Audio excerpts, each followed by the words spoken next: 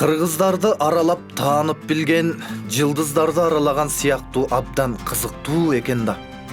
Элибизде дыйкан, анан түшүм жөнүндө сөз болсо, кадимки Араван району эсиңе келет. Кышындагы суугу менен жайдагы ысыгына карабай иштеп жүргөн элди көрүп кадимки кумурсканын мээнетин эстейт экенсиң.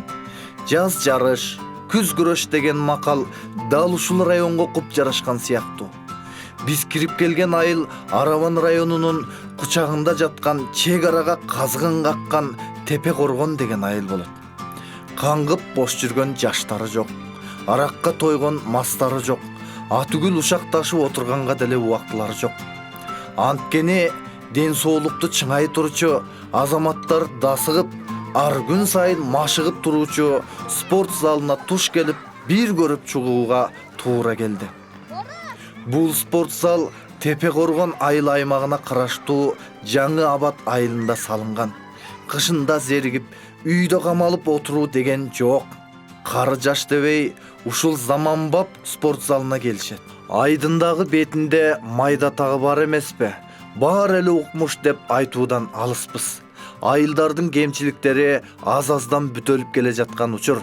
Айтайын дегенибиз Эрке Кашка айылына сонун спорт зал куруу пландалып жаткан учурда. Бир аксакал бир китепканага барабар дейт эмеспи? Китептей сырларды камтып жүргөн айылдын ардактуу, нарктуу аксакалдары менен маңдайлаш болдук. Мен Саткулов Махамат Амин, Тепе Коргон айыл өкмөтүнүн Уйгурабад айылынын тургунумун.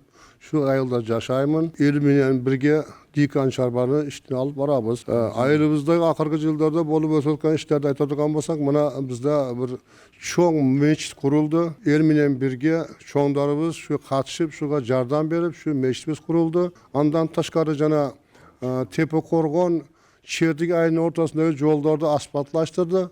Şu чоңдорду жардам менен köpçülükte jardam менен, элдерди жардам менен бардык иштер жакшы жолго коюлуп, иштер жакшы барып атат. Ырыскынын көптүгү дагы, аздыгы дагы Алла Тааланын бергенде жараша болоорун баарыбыз билебиз. Бирок ошентсе дагы Алла берет деп жата бербеген мээнеткеч атабыздан түшүм жайлуу азын оолак сөз кылдык. 2020-жылда дагы өзгөрүштөр болсо, кичине иштерибиз бар, жолдорубуз бар. Şularga жардам берсен деген элдин немелери бар, суроолор. Biz özümüz pogranichный zonada жашайбыз. Биздин элдерди тиричилиги основной дыйканчылык эң биринчи Кыргызстан боюнча биринчи очуртта дыйканчылык бизден чыгат. Бизде дыйканчылык абдан жакшы болот. Маселен, капуста эгебиз, болгарский эгебиз. Жүзүм болот, анар болот, алма болот. Кыргызстанда жетишкен мебелерди бардыгы биринчи очуртта Араван районунан чыгат. Шуларды сатышта, шуларды өндүрүштө, шуларга жардам берсе, удобрение жактардан боло турган жардамдарын берсе, дагынам жакшыраак элибизге пайдасы тийген болот эле. Суу сыйлаган зор болор, суу кордогон кор болор деп жеңи жок атабыздын аккан суу тууралуу 7 күн тынбай ырдаганы бекеринен эместир. Айтылуу Кесов айылы суу менен камсыз болоору өкмөттүн иш планына кирип, таза суунун келээрин кубануу менен жумурай журт күтүп жаткан убак экен. Şu bizde таза суу жок. Эң элде арасынан өтө турган суубуз бар. Ошодон ичип атабыз да. Ошого жардам берсе, энди мана президентибизден башка мана чоңдорубуз бардыгы барар жакшы иштеп атат. Буларга чоң рахмат айтып турабыз бардыгыбыз мана элибиз менен. Өмүрбек келип карап, айланып айтып анча нерсени неме кылып турат. Буга чоң рахмат. Жакшылыкта жардамдашып, жамандыкта армандашып турган, улуусуна кичүүсү саламын берген касиеттүү айыл экен. Спорт жана маданий иштерде бирге калып, далай жеңиштерди менчиктеп алганы кубандырат. Айылдын ынтымагы тууралуу 1000 уккандан көрөкчө, айыл аймактын башчысынан бир уккан артык экен. Биздин Тепе Коргон айыл өкмөтү Араван районундагы кала берсе şu мамлекетибиздеги эң бир четки чек ара менен жайгашкан айыл өкмөттөрүнүн бири. Айыл өкмөтүбүздө 8 айыл болуп 22 миңден ашык калк жашайбыз. Айыл өкмөт негизинен айыл чарба багытында иштер менен элдерибиз алектенет. Кийинки күндөрдө чындыгында сезилерлик даражада иштерди алып барып атабыз. Бул ошол Кыргыз өкмөтүнүн, Кыргыз Республикасынын президенти элдер менен эр шаркак иштеп, бир топ жетишкендиктерге жетишип атабыз. Бул жетишкендикке жетишкенибизде бизге жакындан жардамга келген өзүбүздүн жогорку кеңеш депутаттарыбыз бар. 90-жылдарда эң акыркы социалдык объекттер курулуп, бир топ жылдардан бери бизде мектеп көйгөйү чечилбей келет эле.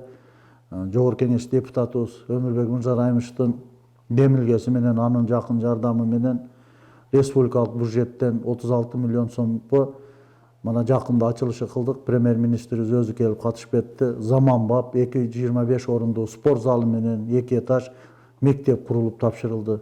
Жол маселеси, таза суу маселеси, турак жай маселеси дегендей бир топ көйгөйлөрдү чечүү менен бирге эми айыл өкмөт дотацияда отургандан кийин сөзсүз республикалык бюджеттен тийиштүү донорлордун кызматынан пайдаланууга туура келип атат.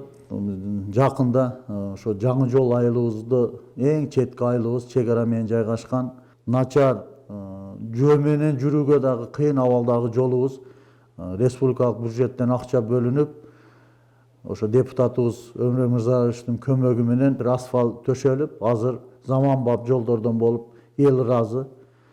Андан сырткары таза суу маселеси дагы көйгөй жаратып келип атат. Айыл өкмөттө 8 айыл болуп, 6 айылыбыз 80%, 90% таза суу менен камсыз болгон. Айыл өкмөт өзү ошо скважиналарды ремонттоодо жылына бирден экиден ушу таза сууга көңүл булуп, ремонт болуп келип атат. Бирок айыл өкмөтүнүн күчү жетпеген Уйгур Абад айылы, мына Тепе Коргондун Ылдыйкы айыл, Беш Кабырга, Лахачы, Бостон айылдары таза суу менен камсыз болгон эмес. Азыр өткөндө ошо депутатыбыз менен биргеликте элдик жыйын өткөрүп, жеринде келип таза суу, ичимдик суу департаментинин башчысын өзүнүн жардамчысы менен күчтүк регион боюнча ошолор менен бирге жолугушуп өтүп, азыр проект иштери даярдалып бүттү. Буюрса таза суу маселеси ушул 2 айылда быйылкы жылы чечилип калат деген ойдобуз. Ошо маселелерди чечүүдө биздин депутатыбыз иш алып барганыда бир топ жакшылыктарды элге тартуулап иштер көрсөтүп келип атат. Ынтымак ырыс кешиги деп бабаларыбыз айтып калтырган экен.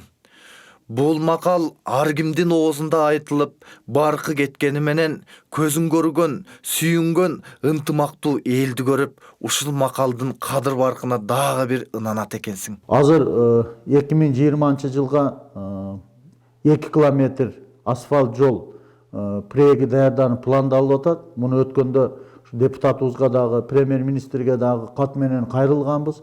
Депутатыбыз өзү аракет кылып, элдик жыйында да убадасын берди. Ушу Уйгур Абад, жаңы жол, Ноокат деген эски жолубуз бар эле. Мен билгенимден ушу 90-жылдарды буягы бир ушу Минтранстын жолдоруна бир асфальт төшөлүп, бир жолдор оңолгон эмес ушу айыл өкмөт аймагында.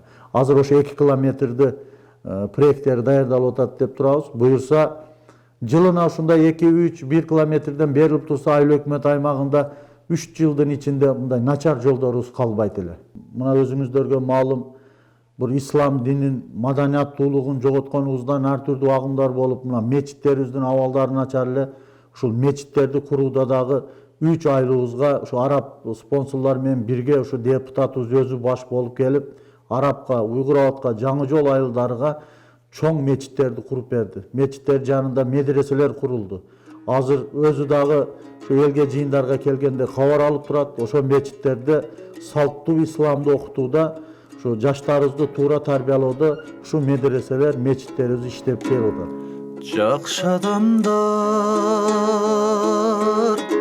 жашоого жаратылган, жалын кечип жабыкпай бара турган, жарык өчпөй жашоого үмүт берип, жараткандын сыйлыгын ала турган.